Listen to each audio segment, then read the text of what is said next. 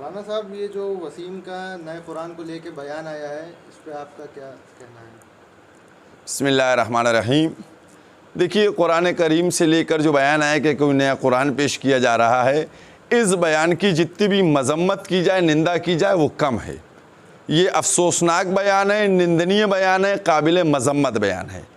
अगर आपको याद होगा तो मैंने इससे पहले भी एक बात कही थी कि जिस वक़्त ये 26 आयतों का सिलसिला शुरू हुआ था, उस वक़्त भी मैंने ये बात कही थी कि हमारे मुल्क का जो कानून है, संविधान है, वो बहुत ही खूबसूरत और बहुत ही अच्छा है।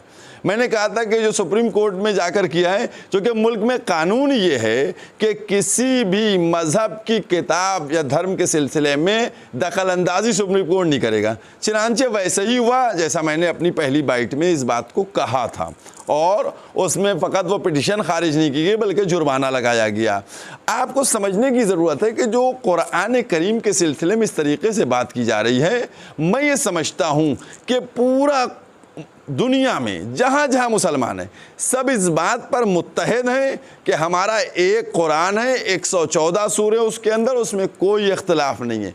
सारे मुसलमानों का, पूरी दुनिया के मुसलमानों का इस बात पे ईमान है, यकीन है कि कोई भी किसी भी हालत में इसका एक जो ज़बर या ज़ेर या पेश होता है उसको कोई चेंज नहीं कर सकता है। तो बात ख़त्म हो चुकी है कुरान से लेकर। देखिए, एक बात आपको समझने की ज़रूरत है, ये सब पॉलिटिकल स्टंट हैं, ये सब सियासी मरहले हैं।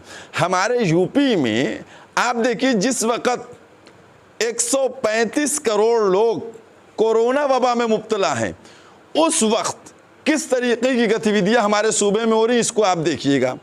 कहीं कुरान से मुताल्लिक़ बात होती है, कहीं अजान के सिलसिले में हाई कोर्ट में जाकर पिटीशन की जाती है, और राम से नहीं घाट के ऊपर कि जो तहसील वाली मस्जिद है, 100 साल पुरानी मस्जिद है, उसको किस तरीके से गिरा दिया जाता है और राती राता उसको ज़मीन बराबर कर दी जाती है।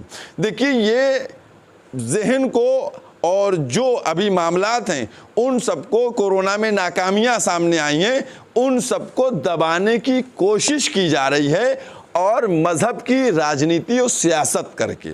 लेकिन मैं ये समझता हूँ कि हमारे सूबे की आवाम बहुत होशियार हैं, और वो इन तरीक़े की, जो इस तरीक़े की बातें हो रही हैं, उसमें कतई तौर के ऊपर नहीं फंसेंगे।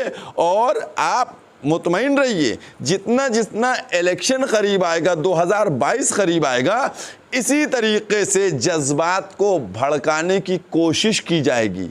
हमारा यूपी सरकार से और दिल्ली सरकार से ये मांग करते हैं, अपील है, मानना है कि इस वक्त मुल्क के अंदर जब कोरोना वबा चल रही है, लोग कोरोना ऑक्सीजन, इंजेक्शन, दवा, इलाज, बेड के लिए परेशान हैं, इस तरीके के बयान जो दे रहे हैं उनके खिलाफ कार्रवाई होना चाहिए। जो मुल्क को तोड़ने की साजिश रच रहे हैं, इन अनासिर को समझना चाहिए कि कौन लोग ऐसे हैं कि जो इस तरीके से रातों रात मस्जिद गिरा देते हैं। कभी अजान के ऊपर हमला है, कभी माइक के ऊपर हमला है, कभी मस्जिद पे हमला है, कभी कुरान के ऊपर हमला है। ये क्या हो रहा है मुल्क के अंदर? क्योंकि हमारे मुल्क में संविधान में यह भी कहा गया है कि कोई मज़हब, एक मज़हब वाला दूसरे मज़हब के जज्बात को, आस्था को ठेस नहीं पहुंचा सकता है।